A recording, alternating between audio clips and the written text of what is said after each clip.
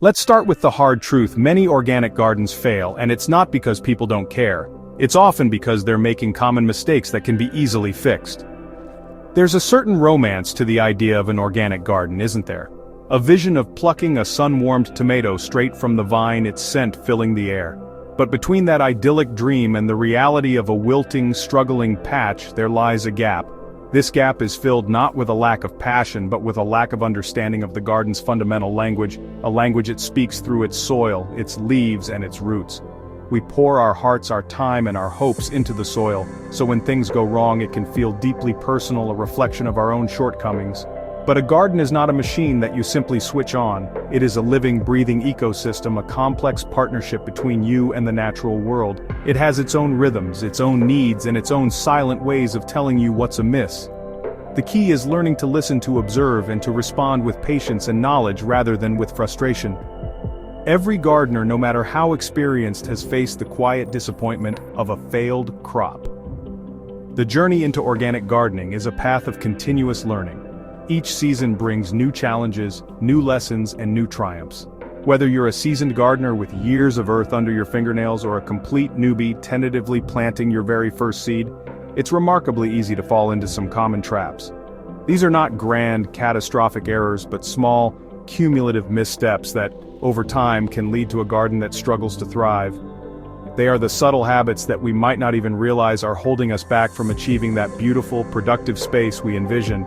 But please, don't worry, and certainly don't be discouraged. We've got your back and we'll walk you through how to avoid these pitfalls and how to get your garden not just surviving, but truly flourishing. Think of this not as a lecture, but as a gentle conversation, a sharing of wisdom passed down through generations of gardeners.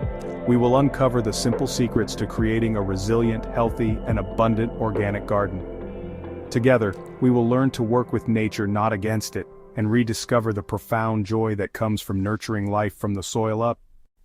One of the most fundamental and indeed most frequent errors is a misunderstanding of the very ground beneath our feet.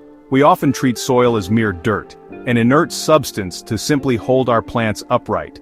This, I think, is where the trouble begins. Healthy, living soil is the absolute bedrock of any successful organic garden. It is not just dirt, it is a teeming metropolis of life. A complex web of microorganisms, fungi, bacteria, and earthworms, all working in a silent, tireless symphony. This subterranean world is what truly feeds your plants, providing them with the essential nutrients they need to grow strong and resist disease.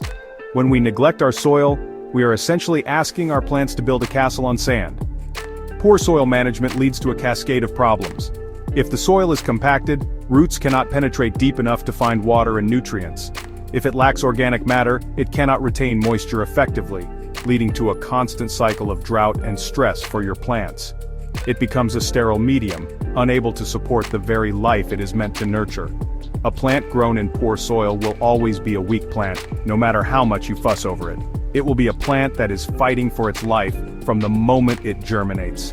Think of the soil not as a container, but as the garden's stomach and its immune system, all rolled into one. It digests organic matter, breaking it down into a form that plants can absorb, and it hosts the beneficial microbes that protect roots from harmful pathogens.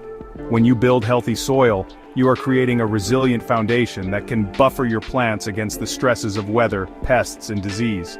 You are creating a savings account of fertility and moisture that your plants can draw upon when they need it most. This is the great secret. Feed the soil, and the soil will feed your plants. So before you even think about the color of your flowers or the variety of your vegetables, you must first think about the earth. Take a moment to truly look at it, to feel it in your hands. Is it heavy and clay-like or light and sandy? Is it rich and dark or pale and lifeless? Understanding its character is the first step towards improving it. This isn't a quick fix, it's a long-term relationship. Nurturing your soil is the single most important investment you can make in the long-term health and productivity of your organic garden. It is the beginning of everything. Now let's talk about the visitors we don't invite. Pests. The very word can send a shiver down a gardener's spine. The sight of a line of aphids on a tender new shoot or a cabbage-white butterfly fluttering innocently over your brassicas can feel like a declaration of war. A common reaction is to panic, to reach for the nearest spray, and to try and obliterate the enemy. But in an organic garden, we must take a different, more considered approach. Neglecting pest management or approaching it with brute force can quickly ruin all of your hard work. The garden can become a battleground, and that is a battle you will rarely win. The first thing to understand is a crucial principle of organic gardening. A healthy plant is a resilient plant. Pests, much like predators in the wild, are often drawn to the weak, the stressed, and the vulnerable.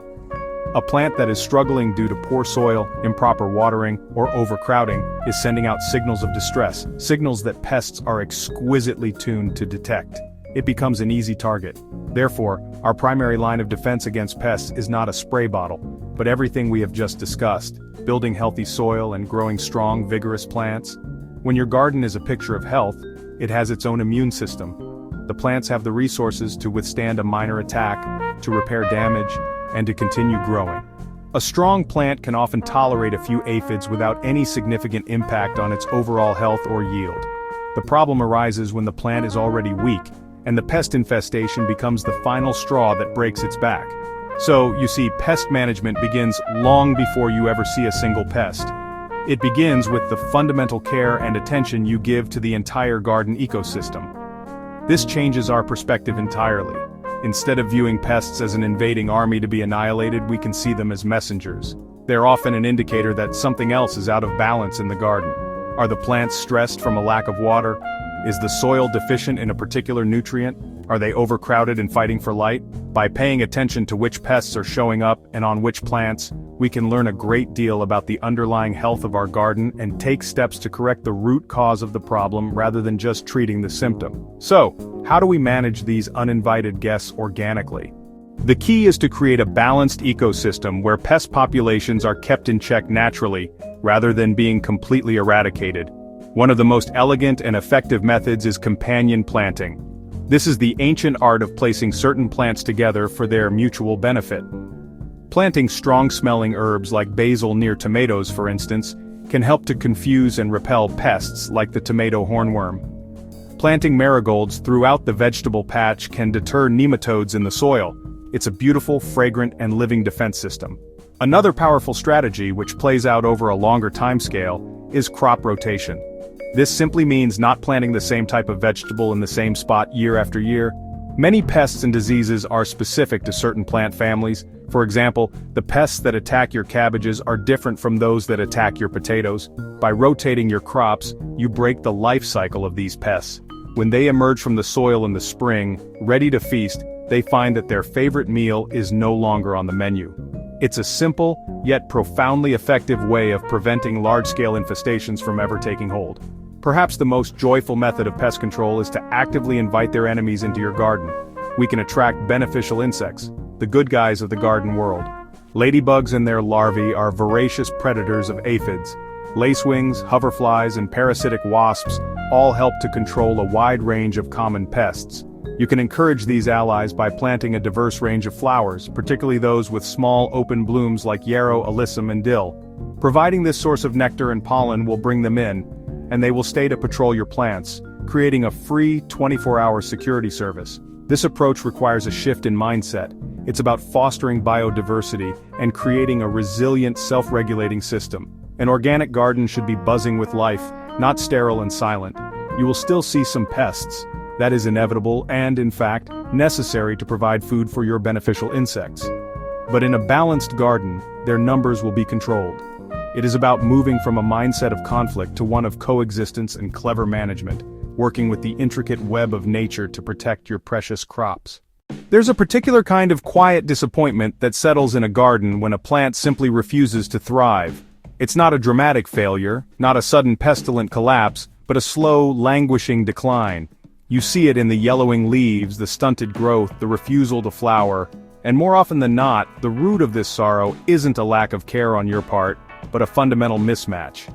It's the horticultural equivalent of trying to force a square peg into a round hole.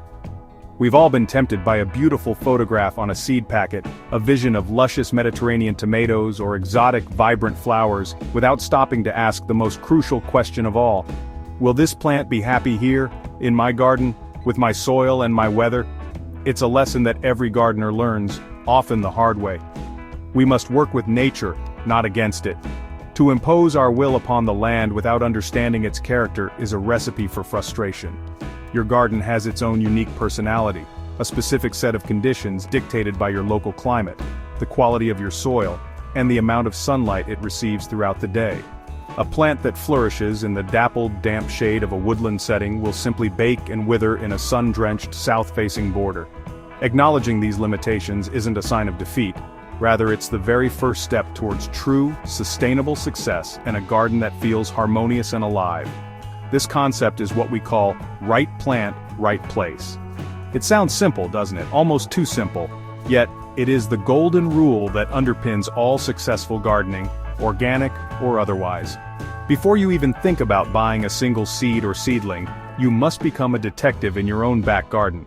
Spend time observing. Where does the sun fall in the morning, and where does it linger in the afternoon? Are there damp corners where water tends to pool after a rain? Is your soil heavy and clay-like, or sandy and free-draining? These are not trivial details, they are the essential clues that will tell you what kind of plants will consider your garden a home rather than a hostile environment. Ignoring these fundamental truths leads to a constant uphill battle. You'll find yourself amending soil endlessly, watering constantly, and fighting off pests and diseases that prey on weakened, stressed plants. It becomes a chore, a relentless cycle of intervention, rather than a joyful partnership. But when you choose plants that are naturally adapted to your specific conditions, you will be utterly amazed at how much easier everything becomes. The plants will be more vigorous, more resilient, and more beautiful, requiring far less from you and giving back so much more in return. It's a shift in perspective from gardener as a commander to gardener as a collaborator. So how do we begin this collaboration? The first step is to understand your wider climatic context, what horticulturalists refer to as your growing zone or hardiness zone. This is a geographical area defined by its average minimum winter temperature. It's a wonderfully useful tool, a shorthand that tells you which perennial plants, shrubs, and trees are likely to survive the winter in your area. You can easily find your zone online or in gardening books. It provides a crucial baseline, preventing the heartbreak of planting a beautiful, tender perennial only to have it wiped out by the first hard frost of the season. It's the foundational piece of knowledge upon which all your other planting decisions will be built. Once you know your hardiness zone, you can start researching plants that are suited to it. This is where the real joy of planting begins. Think of it as matchmaking. You're not just looking for plants you find beautiful, you're looking for compatible partners for your garden's climate. Catalogs and plant labels will almost always list the appropriate zones. Pay close attention to this information. It will save you not only money but also a great deal of effort and disappointment. Choosing a plant rated for a much warmer zone is a gamble that rarely pays off, leaving you with a weakened specimen that will struggle to establish itself, let alone flourish and reward you for your efforts. However, your garden's climate isn't just about the winter cold. You must also consider the microclimates within your own plot. A south-facing brick wall can create a pocket of intense heat, allowing you to grow things that might not survive elsewhere in your garden. Conversely, the north side of your house might offer a cool, shady refuge perfect for ferns and hostas. A low-lying area might be a frost pocket, where cold air settles on still nights, while a gentle slope might offer better air circulation and protection. Learning to read these subtle variations across your own space is the mark of an observant and successful gardener. It allows for a much richer and more diverse planting scheme. This process of research and observation is not a chore to be rushed through. It is an integral, and I would argue, deeply enjoyable part of the gardening journey. It connects you to your specific patch of earth in a profound way. It encourages patience and thoughtfulness. When you finally do bring a plant home, you do so with the confidence that you have chosen well, that you have provided it with the best possible chance to thrive. You are setting the stage for a long and happy relationship, one built on understanding and mutual respect between you, the gardener, and the living, breathing ecosystem you are tending. Now, if choosing the right plant is the golden rule, then the quality of your soil is the very foundation upon which that rule is built. You can have the perfect plant for your climate, but if you put it into poor, lifeless soil, it will struggle just as surely as a sun lover in deep shade. We often forget, looking at the beauty above ground, that the real magic, the real engine room of the garden, is happening beneath our feet. Healthy soil is not just dirt, it's a teeming, complex, and vibrant ecosystem, A subterranean world filled with billions of microorganisms, fungi, earthworms, and insects, all working in a miraculous symphony to break down organic matter and make nutrients available to your plants. When you garden organically, your primary job is not to feed the plants directly with synthetic chemical fertilizers, but to feed the soil. This is a crucial distinction. By nurturing the life in the soil, you create a self-sustaining system that, in turn, nurtures your plants. The best way to do this is by adding organic matter. This is the catch-all term for anything that was once living. Things like garden compost, well-rotted manure, leaf mold, or spent mushroom compost. When you incorporate this into your soil, you are providing food for that army of microscopic helpers. They digest this material, improving the soil's structure and releasing a slow, steady supply of essential nutrients for your plants to absorb. Think of what this organic matter does for the physical structure of your soil. If you have heavy, sticky clay, it helps to break it up, creating air pockets that allow roots to breathe and water to drain away more freely. It makes the soil lighter and easier to work. If, on the other hand, your soil is sandy and drains too quickly, washing nutrients away with it, organic matter acts like a sponge. It helps the soil to retain moisture and hold on to those precious nutrients, making them available to plant roots for much longer. In either case, the addition of organic matter is transformative, turning poor soil into a rich, friable loam that is the dream of every gardener. This is a continuous process, not a one-time fix. Every season, your plants draw nutrients from the soil, and every season, you must give something back. This is the fundamental cycle of growth and renewal. A yearly top dressing of compost or a generous layer of mulch is an investment in your garden's future health.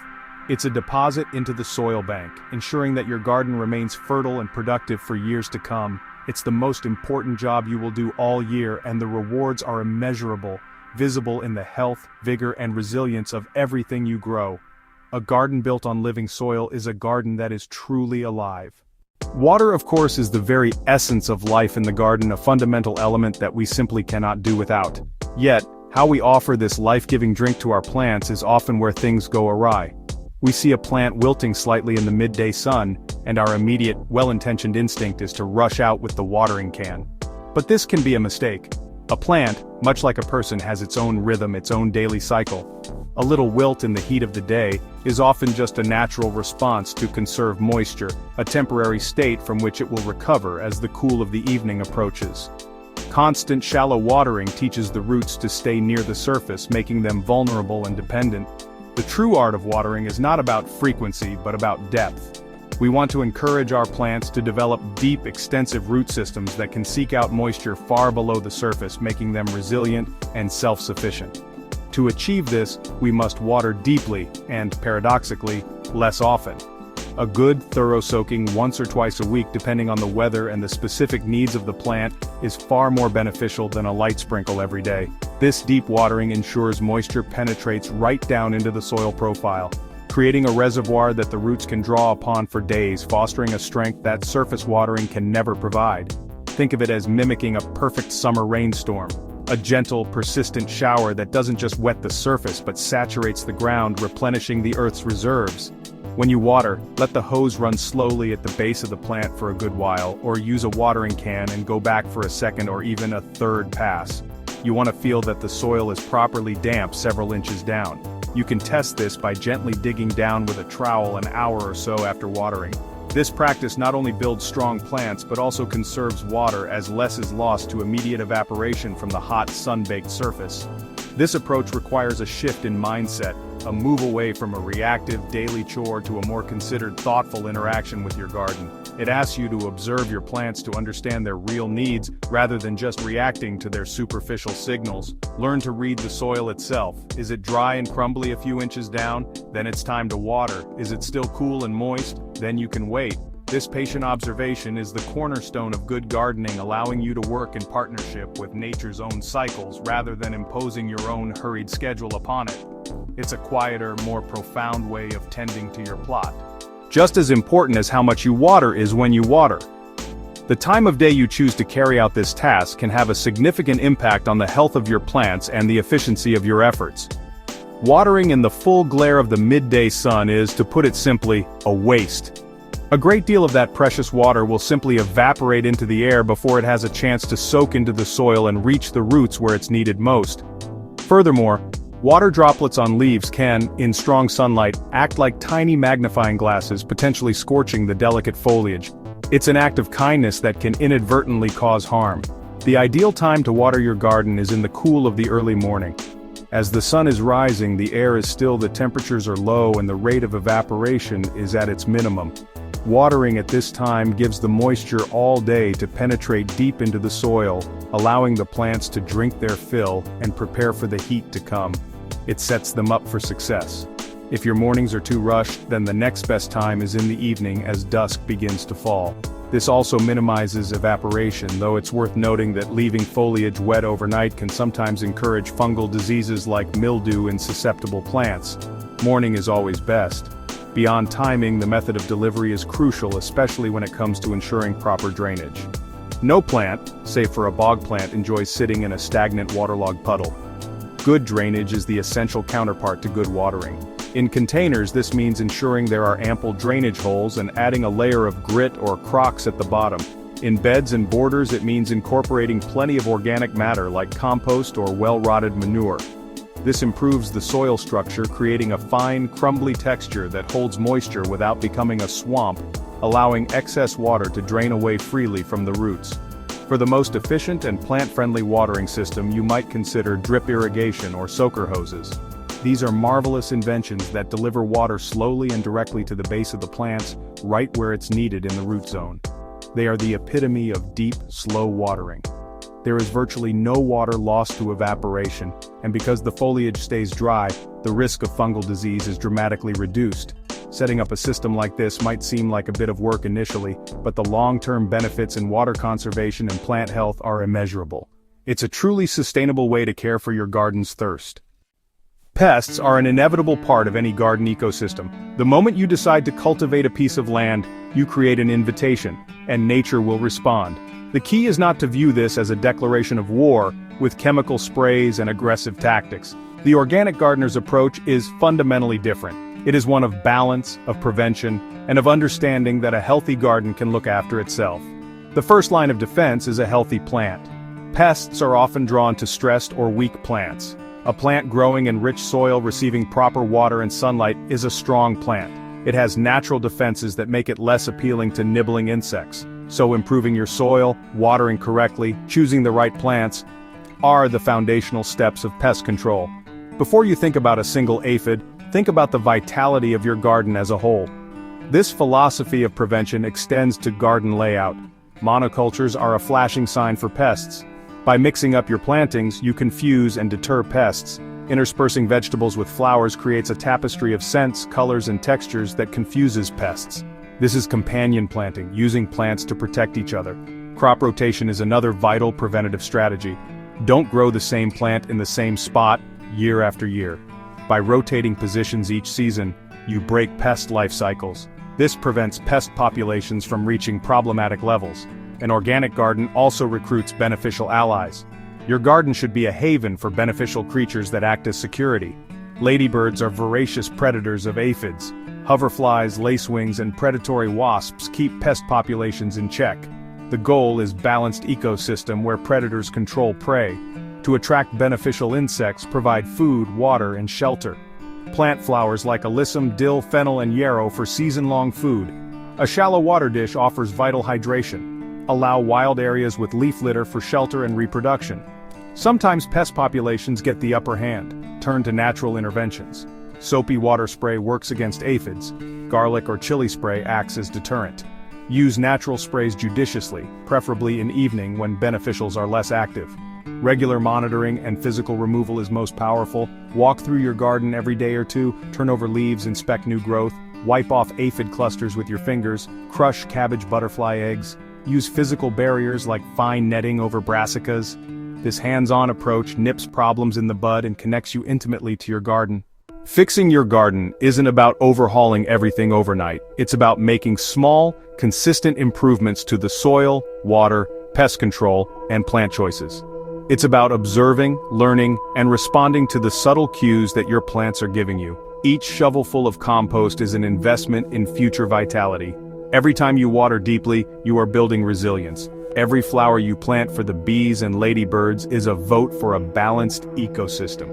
Focus on these key areas and your garden will thrive. There is a quiet joy in this process, working with nature rather than against it. It requires patience, certainly. A garden evolves season by season, year by year. This slow, steady partnership is where the real magic lies.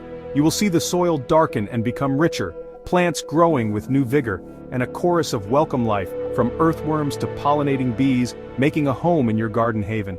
This is the true measure of a successful garden. By improving your practices and being patient, you'll see the results of your hard work.